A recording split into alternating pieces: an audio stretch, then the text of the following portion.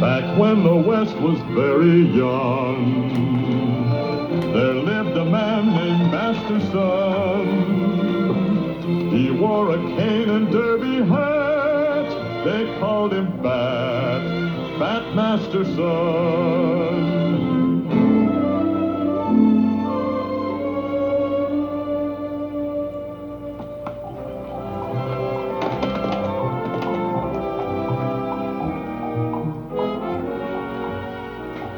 You walk him steady for 15 minutes and rub him down hard with sacking.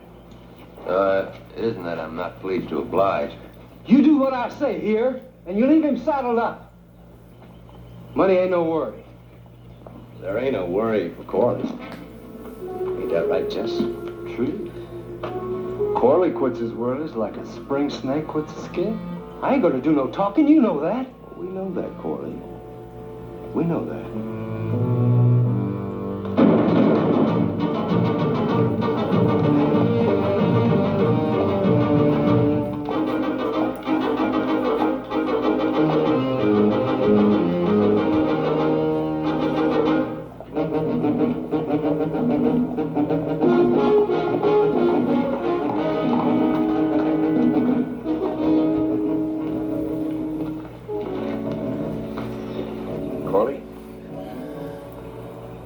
What happened?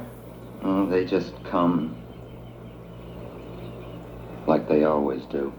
Where's the doctor? Up the end of the street. Give me a hand.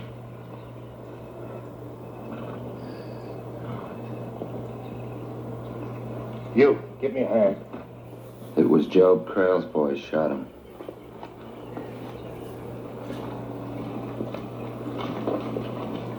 What's wrong with this town? Can't the people see that? There's nothing wrong with it. As long as no one helps any enemy of Job Crail's.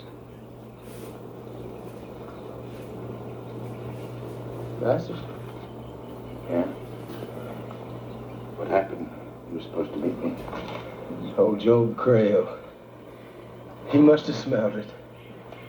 But I was going to tell you about the squaws and the ransom and the killings. You can still tell me it's not too late. What?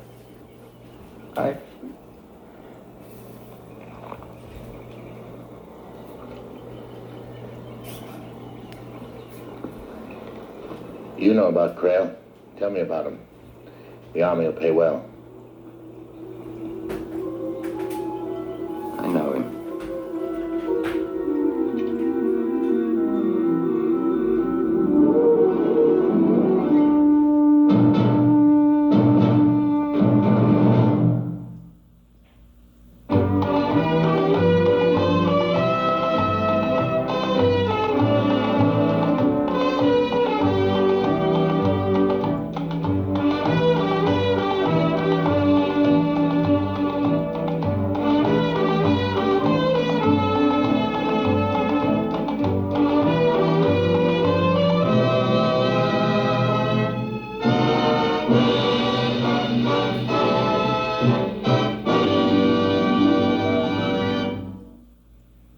Mimbers, Colorado, 1883.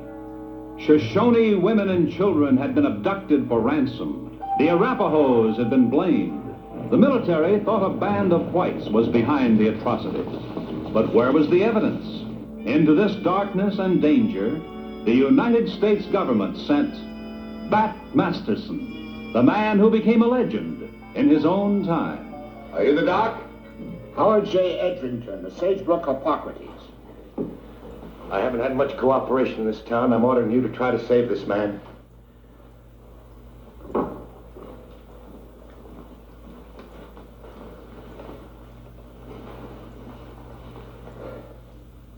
What do you think? Well, you say he's high in lead and too full of leaks to hold whiskey. Where's the sheriff? He'll be around. How do you know? Those are the Crail boys that rode out of here, right? Apparently. Well, it seems unlawful in these parts to help what the Crail boys don't want helped. Man's dead, friend. Sheriff Ralph Wilcox, old friend of the Crails. Come in. You're under arrest. Obstructing justice. I just tell your friend Krales that somebody new has come to town. Now get out of here. Oh.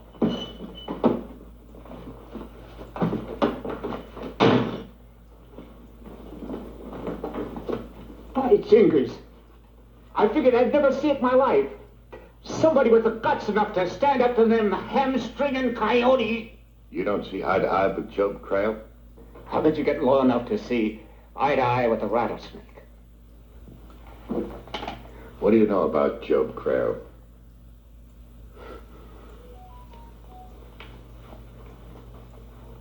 What don't everybody in this town? His night riding, his trading in Indian lives. Say, just who are you anyway? Masterson's the name. Not, that Masterson. Could be. The feller who does special work for the United States Army? Yeah, Serious? very serious. U.S. Army. When they coming, Masterson? They're not. So they sent you? The Army needs evidence. You ever see any of Krale's men in Indian dress? Arapahoes? No. I took care of a little Indian girl once. She fought him off in a raid. Want to hear about her? No. The Army had the evidence it needed in Corley. He had a falling out with Krale. He got word to the Army that he was willing to inform on him. I was to pick him up here in Mimbers, but seems that Krale's got to him first. There's nothing you can do. I didn't say that. The man's dead. Have you pronounced him dead yet? What are you talking about? I was wondering what would happen if Krale thought he was still alive, that he could really give testimony. He'd come and kill Corley. But what if he couldn't find him? What if he thought we had him in hiding and hadn't buried the body? Then he'd come back with his whole gang and get down and really start looking. I don't know. I ain't much with a gun. You don't have to be. I know someone who is.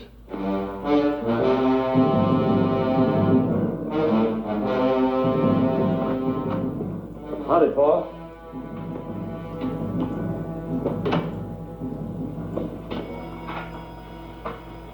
Your boys get him? Well, tacked him flat, didn't we, Jess? Like a rat with a hay fork in it, Paul. Corley should have never even gotten close to getting away from us in the first place. Give me a chance to spout nothing, Paul. It's his getting away at all that makes the difference. Have you any idea what had happened if Corley talked to the Army? Him finding an Army here and saying, Joe Krale, he's the cause of the trouble. His boys and men, they rigged themselves out like Arapahoes. Steal off Shoshone squaws, hold them for ransom, sell them. Why, he rode with us, Paul. It'd have been his neck, too, wouldn't it? No. He'd have kept his own head for spouting evidence. Well, what are we arguing? He's dead. Anyways, you better start riding, Paul, before it gets too late. The Shoshone War's getting mighty hot. It'll simmer a while. Now, we aim to get richer than a town dog's stomach, and then let them kill each other. But there's only one way we'll get rich. One way! That's wiping out anybody that stands to stop us.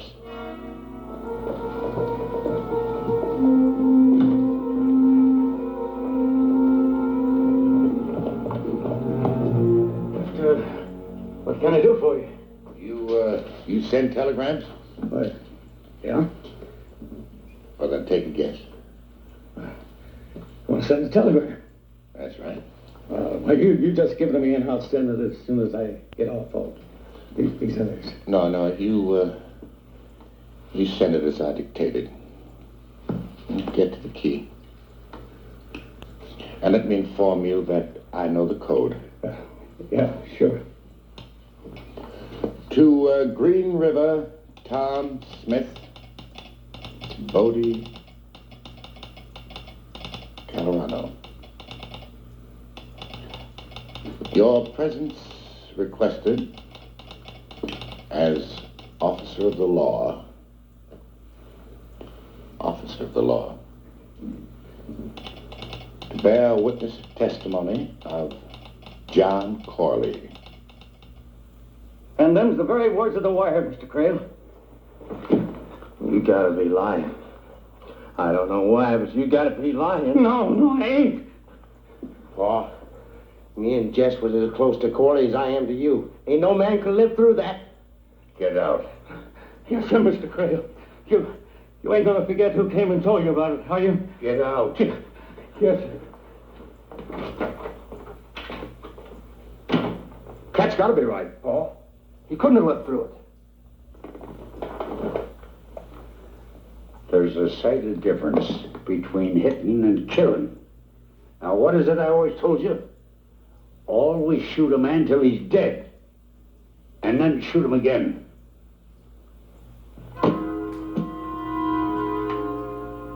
Saddle the horses, Wilcox. Sure, Mr. Creel.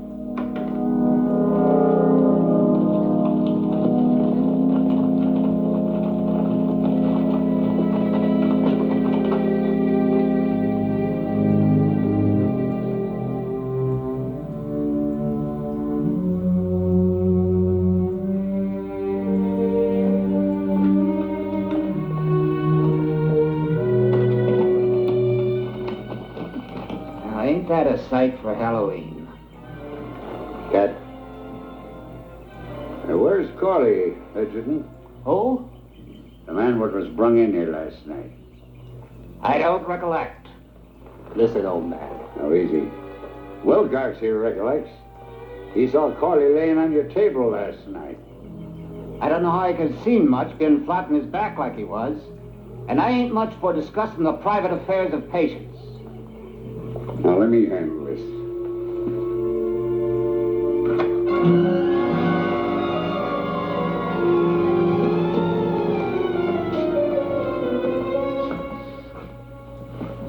I'm getting tired of asking you kindly, Edgerton.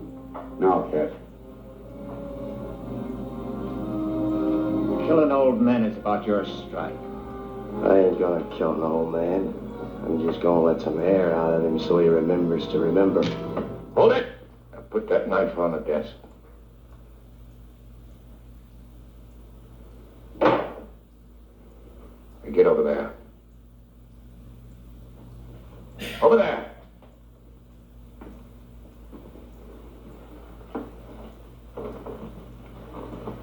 Mr. Creel, eat Mr. Masterson. The introduction isn't necessary. I can tell by the smell. What do you want, Masterson? I've got what I want. Corley. His evidence will swing you and everybody around you, and you know it. What evidence? That you were selling Shoshone women and children as slaves. I hear you talking. What evidence? Those who resisted you killed. In ways new to squaws. The Arapahoes were blamed. Now there'll be another Indian war and thousands will be killed. Because of your greed, Creel. Let them kill each other. Might wipe out all the Indians. So a white man's got room to walk. Innocent Indians and whites killed because of your greed and intolerance. Doesn't human life and human dignity mean anything to you? You're just talking, son. You can't hold me. It's been tried before. All right, Creel. After Corley testifies, I'm coming after you with an army. Go ahead, boys. So, you just go on, son. Listening to yourself talk while you can. Remember, that evidence has got to get out of town. It will.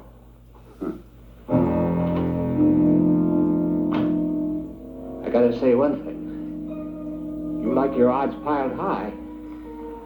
No, Doc, I don't like the odds at all, now that I've seen Creel and his boys.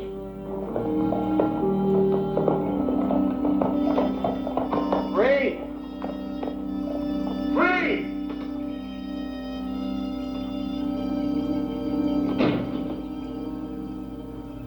You tell Masterson and all the people that I'm coming back to this town with every man I've got.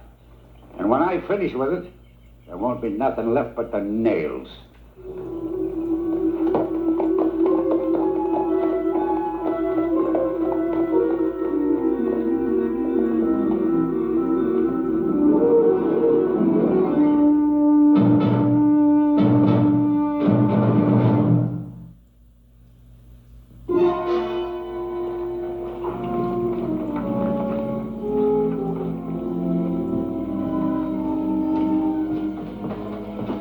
Hello, Pat. Hello, Tom. You're getting slow, Pat. Oh, fast enough.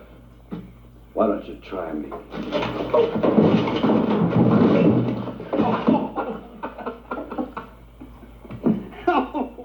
Why don't you ever teach me that instead of always sneaking up and throwing me on the ground?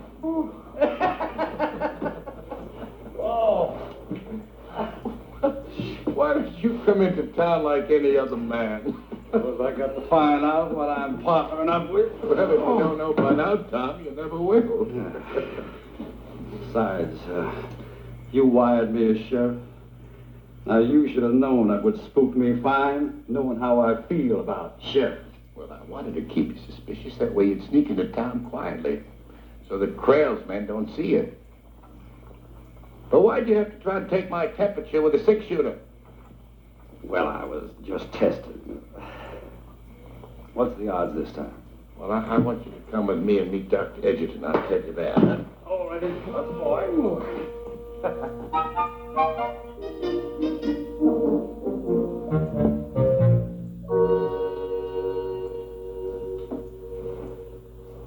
Doc, I'd like you to meet a good friend of mine, Green River Tom Smith. Fine, fine. Look, Medicine, gentlemen? medicine. Smells more like whiskey. Went up to the ice house. Now there's a place for my office. Cool as heaven in summer. Ever had the summer vapors, Mr. Smith? Well, this summer you can give them back.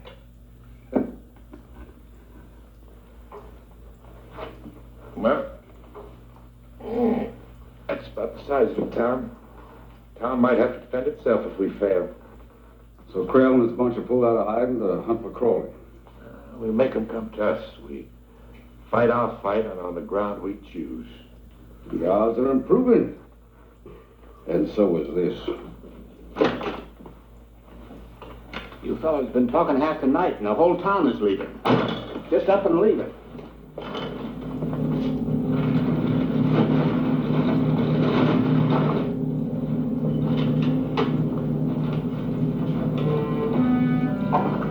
There go the odds again. You just can't move out on trouble. Shutting their eyes doesn't take it away. Can't they see that? They see too much, Mr. Masterson. You see where an arm was. It takes but that to recall the day that Job Crail came with a grain side. When I tried to hide my Shoshone woman. I'm sorry about that, Free. I mean it. Crail has to be stopped right here and now, or an Indian war will develop. You're a brave man, Mr. Masterson. But you can't fight the devil on earth and win. That's what you're trying to do. They'll be coming along soon. Best they not find you here.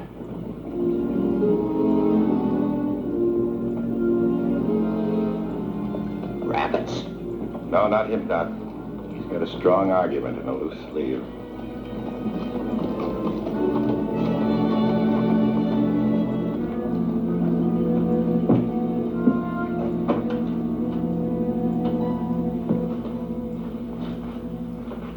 Say, Doc, as you came in, Tom and I were talking about that ice house. Where is it? Edge of town. Well, that's perfect. The ice house? For the fight. I'm going to beat him to death with snowshoes. Well, where would be a more reasonable place to keep a man alive during this heat? The constant coolness would stave off delirium, don't you think? I think Crail ought to go for that.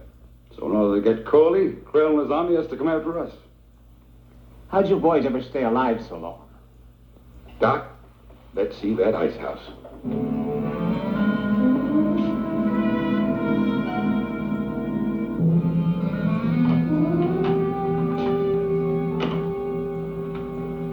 What about it?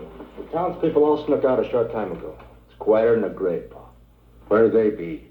The ice house. Ice house. Ice house. Sure. Doc would think of that. Or it's cool for Crawley. Well, we'll see that he don't stay alive. What about Masterson and what about Doc, Pa? We want them all killed. Now, Cap, you take a couple of men, circle through town, and hit them from the back. At the same time, the rest of us will hit him in front. Now, let's ride.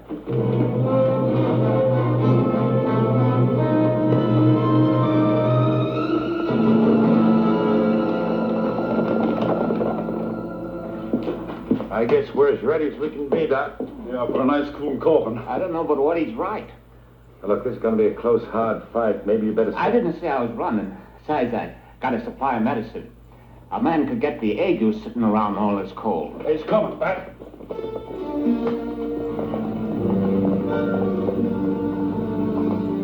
Yeah.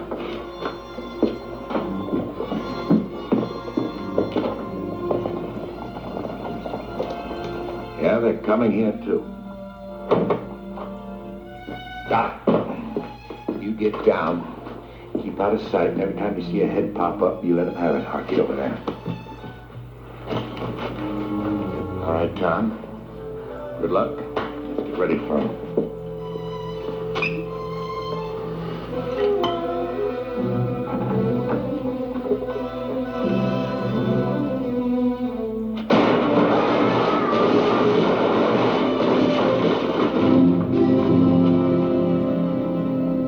Get down behind the bars.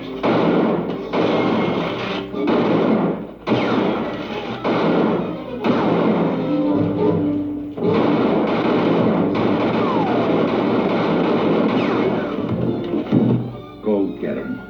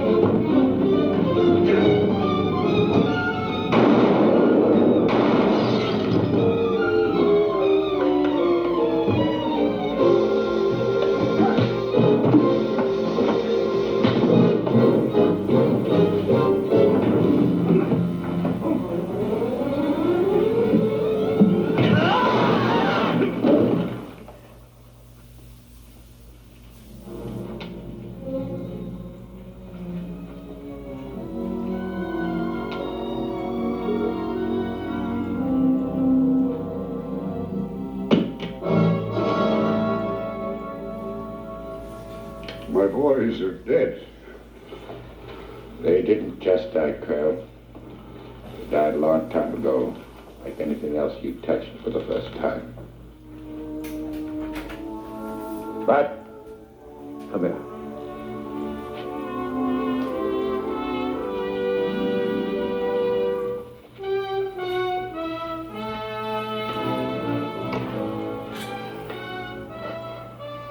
Drop my spare.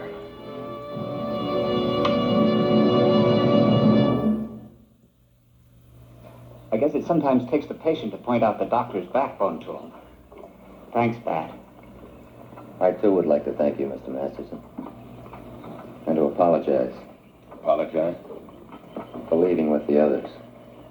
I lost my own battle with the Krails, and I refused to fight a bigger one. You had good cause to refuse, Free. In fact, you were the only one who did. His testimony to the Army is going to save this territory a war. And that's all that matters now. You can count on that, Doc. Like that? Tom, I never knew you to be wrong. Ever.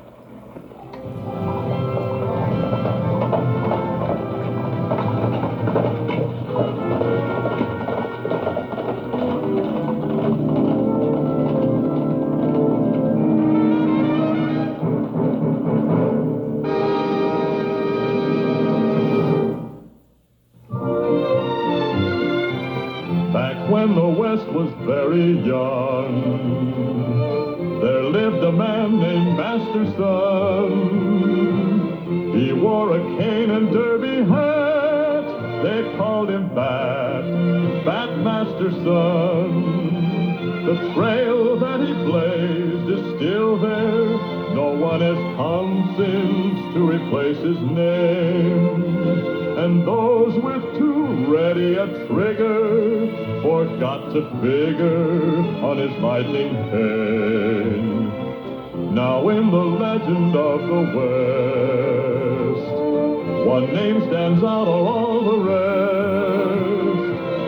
the man who had the fastest gun. His name was Bat Masterson.